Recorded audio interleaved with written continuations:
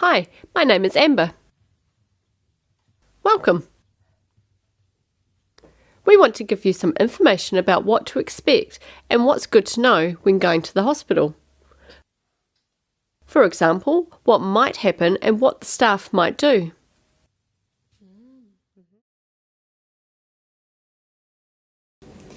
Hi Rebecca, how are you today? Hi. Yeah, I'm good. Good. I'm well. How can I help you today? Yeah, my inhaler's run out, and so I need some more. Okay. Which inhalers do you take? Oh, I've got two different ones. One's the blue and one's the orange one. Okay.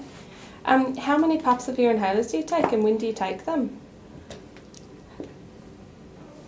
So the blue one is every day, and then the orange one every 2 weeks. Oh, okay. How much are you getting the symptoms of coughing and wheezing? Every morning? Yeah. Okay. Can I just clarify? Every morning? Yes, every morning. Yeah. Is that why you're needing to take the blue inhaler every day? Yes. Yeah. Okay. I think what we should do is get you to take your orange inhaler every day in the morning and at night, and your blue inhaler only if you need to because you're having wheezer cough. Oh, why is that? Yeah. The orange inhaler helps prevent you from getting asthma, whereas the blue inhaler helps if you've already got it. So if you can take the orange inhaler every day, then you won't need to take your blue inhaler as much.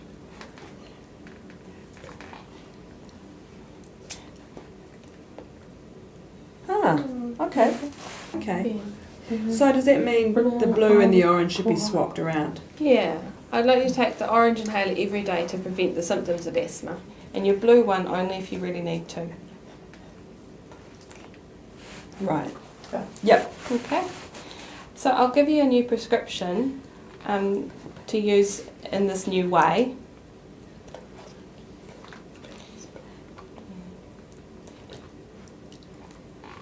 And I'd like you to come back in a month and tell me how it's gone.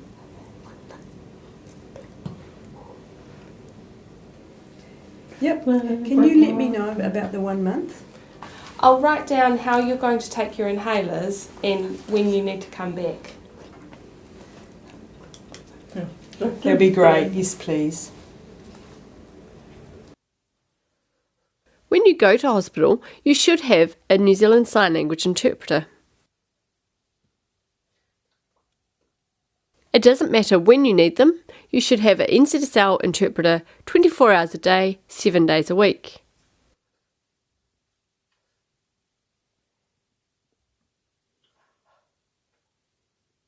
There is a world organisation called the UN, who have rules about deaf people and disabled people.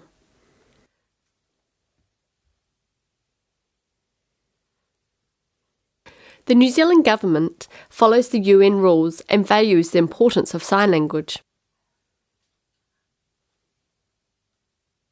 It says that deaf people have the right to equal access to clear information and communication. An interpreter should be present.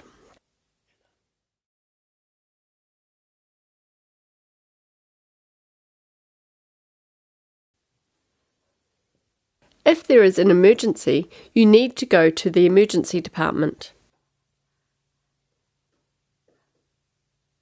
I will explain what will happen when you arrive.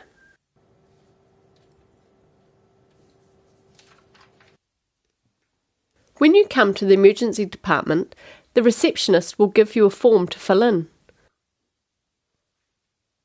You will write your name, address, and other information, then give the form back. Remind the receptionist about booking an NZSL interpreter. Tell them where you are sitting.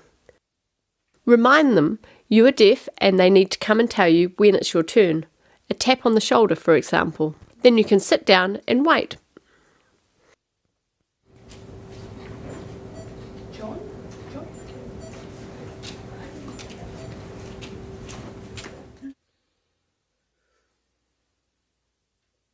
The triage nurse will call you up to find why you are there.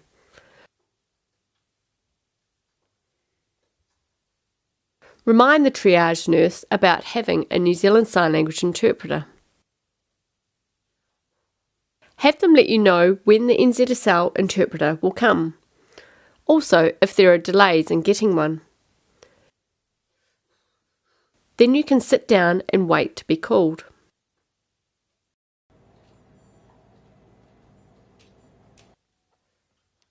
The staff then decides the priority of who is seen first. You won't know how long you'll have to wait. Priority is based on who is most sick, not who came in first. How many puffs of your inhalers do you take and when do you take them? It is normal when going to the emergency department that you will be asked lots of questions. These questions may be repeated by different nurses and doctors. This is normal, though it may be a bit frustrating.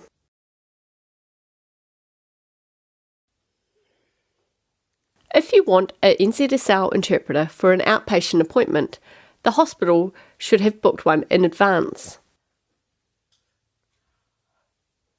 If no interpreter has been booked, you need to decide to postpone the appointment until you can get an interpreter, use the online video interpreting services using phone, tablet or computer.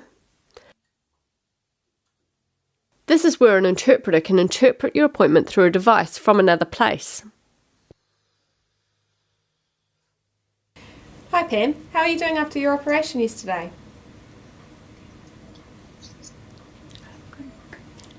I'm pretty good, thank you. I'm a little bit sore. Yeah, a bit sore and a bit tired, but I'm okay. Okay. What we need to do today is make sure that you can have enough pain relief that you can get up and out of bed and walk around.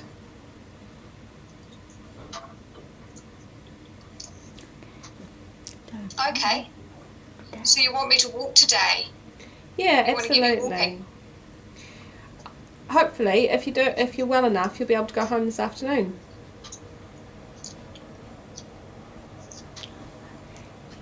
Oh, lovely. Thank you. All right. I think we're done. If there is no interpreter and you want to go ahead with the appointment, you could use pen and paper to write or have family or a friend with you. Hi.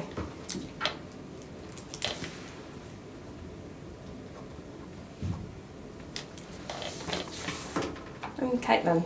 I'm the doctor.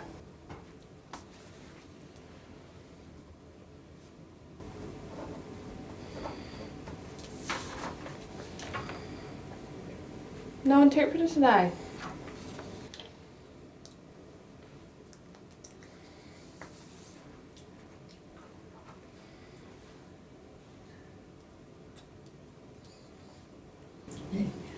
He wants me to sign for him and you to write as well. Okay.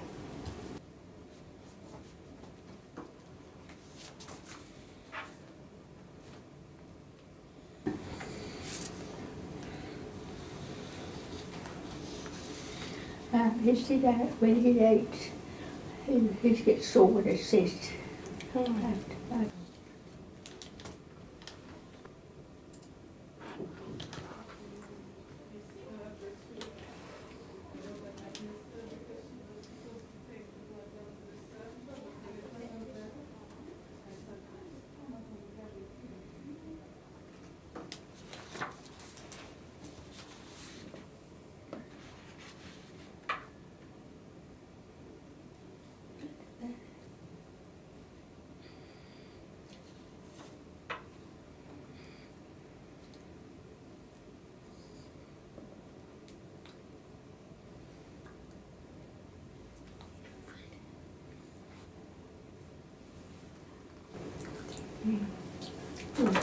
Thank you.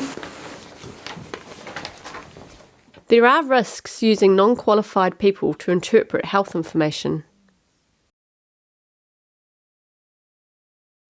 Hi Pam, my name's Caitlin. I'll be your doctor while you're here. Hi. Nice to meet you.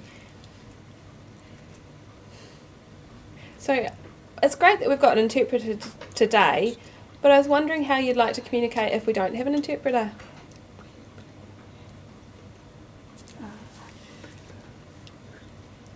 I'd like to have an interpreter, so if they're available, or the video interpreting service. Okay. But if we can't use those options, then writing's okay, just short sentences. Yeah. Okay. Well, we'll be around about the same time every day, so maybe we could book an interpreter at this time every day so that you've got a chance to answer any questions or have anything explained that you need explained. Yeah, that would be good. Yep. Yeah. The other thing I was wondering is whether you might like a sign above the bed to explain that you're deaf and would prefer an interpreter. Yeah, I'd like a sign, and the word deaf on it would be good. Yeah. Okay. So people know that I'm deaf. Yeah. Okay. Great, we'll arrange that. Thank you. If you're staying in hospital, work out with the staff on the ward when and how often an NZSL interpreter will come in. If you need an interpreter every day, you can have one. This could be every day for doctors' ward rounds, meeting new staff such as a cardio nurse, a physio and so on.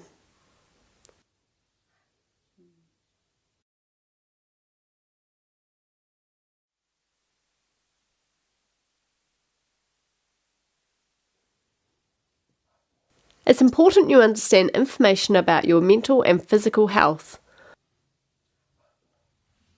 Whatever the doctor or nurse explains should be clear. You can ask questions. For example, why they may want a blood test done or how often pills need to be taken. Ask until you are clear. If you don't understand or you're not clear, it can be a risk to improving your mental or physical health. So, if you don't understand, it's important to ask the information to be repeated and written down. You can take notes home and look at them again, discuss any information with family and friends. Oh, okay. So does that mean the blue and the orange should be swapped around? Yeah, I'd like you to take the orange inhaler every day to prevent the symptoms of asthma. It's normal for hospital staff to be busy, but you should not feel bad or embarrassed about taking up someone's time. It's important you take time to understand.